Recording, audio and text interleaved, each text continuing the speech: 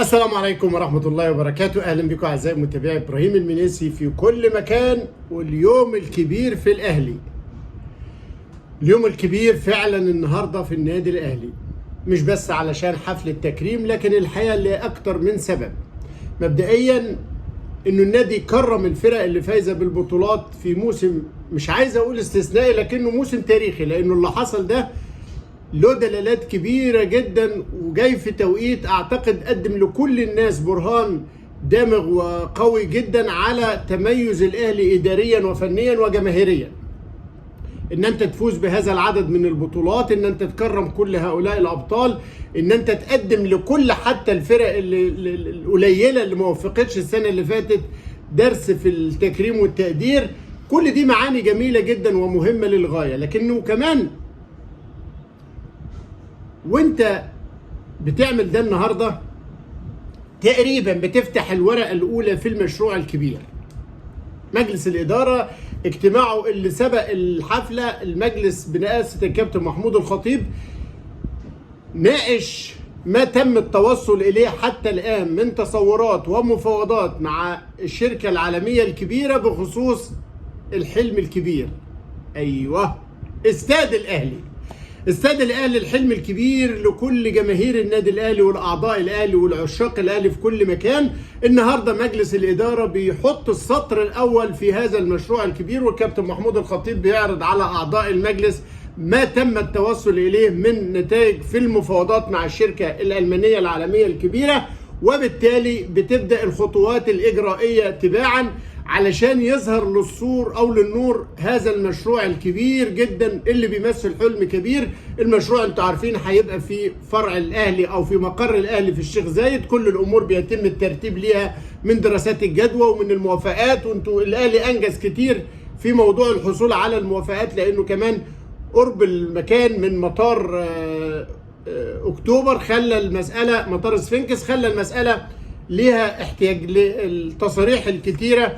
فانا شايف انه النهارده انه يتم وضع النقاط الاولى في المناقشات ويتم الانتهاء من هذا التصور في المفاجاه الكبيره. ده الحدث الكبير في اليوم الكبير للنادي الاهلي، وكان لازم فكره تظهر للنور في يوم تاريخي ومهم جدا للنادي الاهلي. ليه؟ لان انتوا كلكم فاكرين اللي كان بيتعرض له النادي الاهلي واللي بيتعرض له الكابتن الخطيب واللي بيتعرض له مجلس الاداره من رجم اعلامي ومن تحامل مش وقته. لكنه ده الحدث الكبير النهارده. كمان الحدث الكبير المهم انه كل ده يجي مع ضربه البدايه لموسم جاي شق جدا وصعب جدا وناري بمعنى الكلمه. الموسم الجديد للنادي الاهلي يا جماعه في كره القدم تحديدا مساله مش سهله خالص، في الحجم الارتباطات والبطولات المتداخله والتحديات اللي موجوده والظرف حتى اللي اتوجدت فيه مسابقه الدوري. انت يعني شفنا لما كان مرتضى منصور مشي كان في تعاطف كبير في الذهنيه العامه انه لازم ان الزمالك يساند علشان الجمهور بتاعه وعشان الناس ما تحسش انه السر عند مرتضى.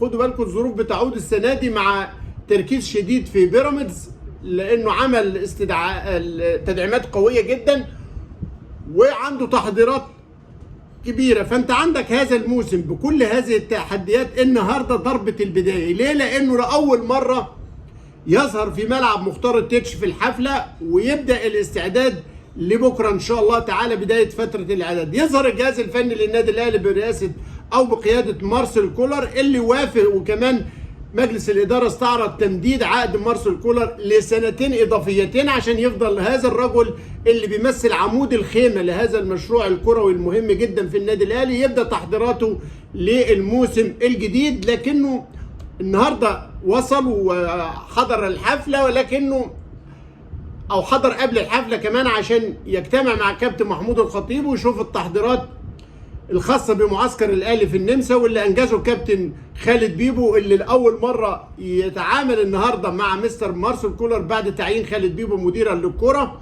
الحقيقه يمكن الناس تابعت اللي حصل من مفاوضات للنادي الاهلي مع السفاره النمساويه وانقاذ هذا المعسكر. فبقت المسألة مهمة جدا ان الاهلي النهارده يشيد بالسفارة النمساوية في القاهرة ويوجه لهم الشكر، وخالد بيبو يلتقي مسؤولي السفارة ويكرمهم ويقدرهم على كل التسهيلات اللي اتعملت للنادي الاهلي. انما كمان المهم جدا العناصر الجديدة.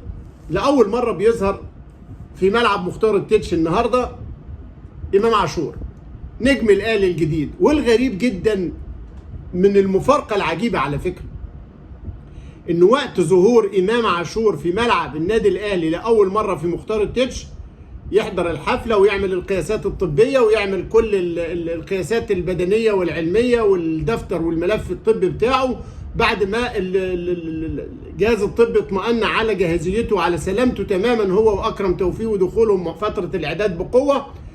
الوقت ده يبقى امام عاشور سبب ازمه كبيره في 100 عقبه.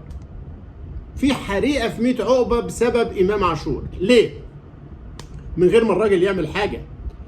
اللجنه الثلاثيه اللي استلمت العمل في نادي الزمالك بقياده اللي هو حسين موسى المدير التنفيذي للنادي، ومعاهم مدير مالي ومعاهم مدير نشاط رياضي ايمن ابو سريع، واحمد فؤاد الوطني اللي قايم باعمال المدير المالي، الحقيقه بيدوروا على محضر الجلسه او اي ورقه تقول الزمالك باع امام عاشور لميتلاند الدنماركي بكام والموافقه فين والفلوس راحت فين وحقوق نادي الزمالك تنظيمها ازاي. فص ملح وداب.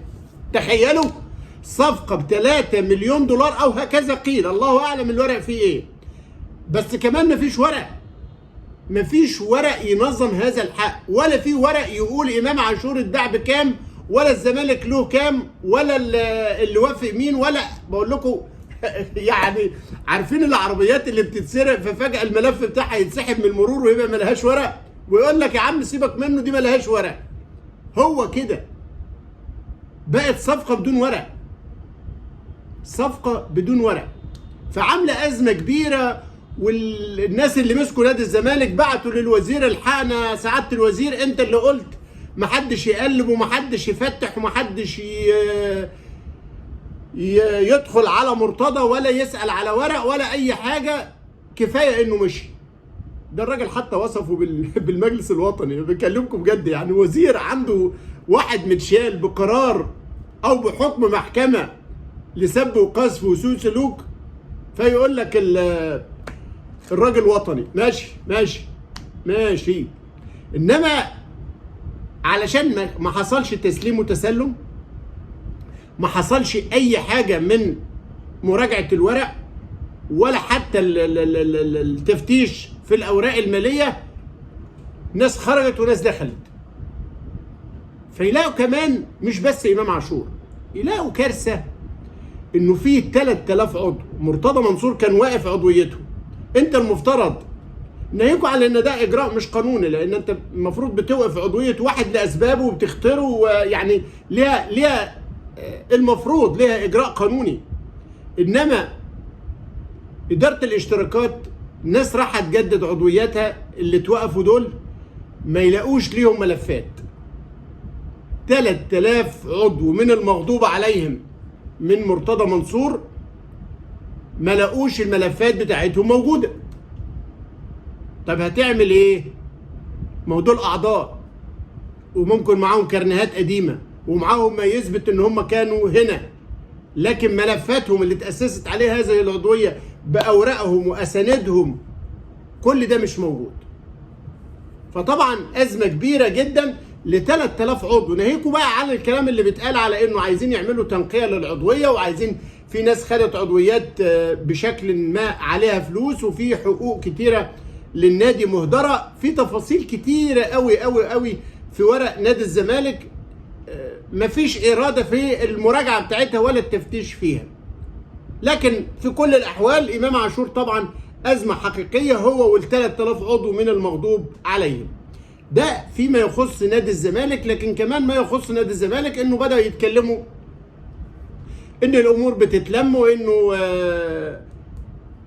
ممدوح عباس يعني بعت لاكتر من لاعب خاصة الكبار منهم شيكابالا وزيزو وفتوح على اساس والونش على اساس يحتووا كل المشاكل المالية ويراجعوا الموقف بشكل كامل ويعيدوا للفريق، لانه كمان كتير قوي من الشغل بيحتاجه نادي الزمالك.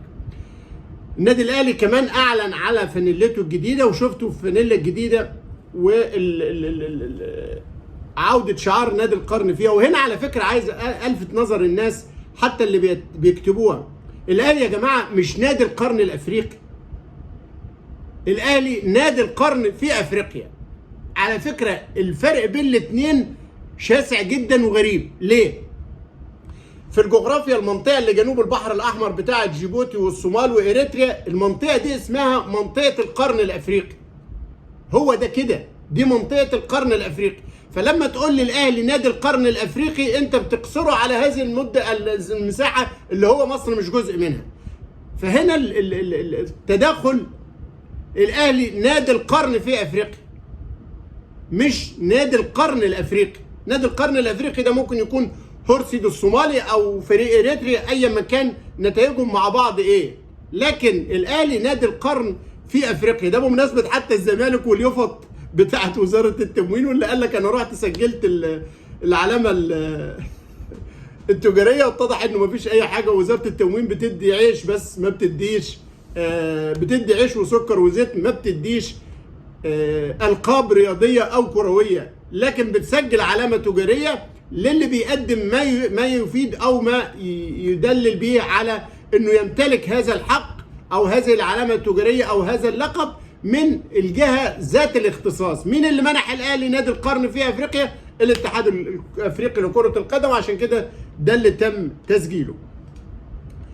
الأهلي كمان استقر على المعسكر، قلت لكم لغاية من يوم 28 لغاية يوم 6 بيبدأ الفريق بمراجعة كل أوراقه، ويبدأ الاستعداد في الفترة ديت خلال لغاية موعد السفر يوم 28 علشان يعمل ان شاء الله تعالى معسكر اعداد قوي في النمسا للموسم الجديد اللي لغايه دلوقتي محدش عارف الاهلي هيلعب ضربه البدايه فيه مع مين، لانه بجد حتى الان انت ما انتش عارف مباراه الاهلي واتحاد العاصمه الجزائري اللي هتكون في كاس السوبر الافريقي. حتى الان لم يعلن الاتحاد الافريقي عن موعد ليها، مع وجود بعض الانباء حوالين انها احتمال تتاجل او تترحل ل النصف الثاني من اكتوبر، لكنه هتبقى في ازمه كبيره، لانه في الفتره دي المفروض ان انت هتبدا دوري ابطال او دوري السوبر الافريقي. هنشوف الاتحاد الافريقي وشركته الشركه الايطاليه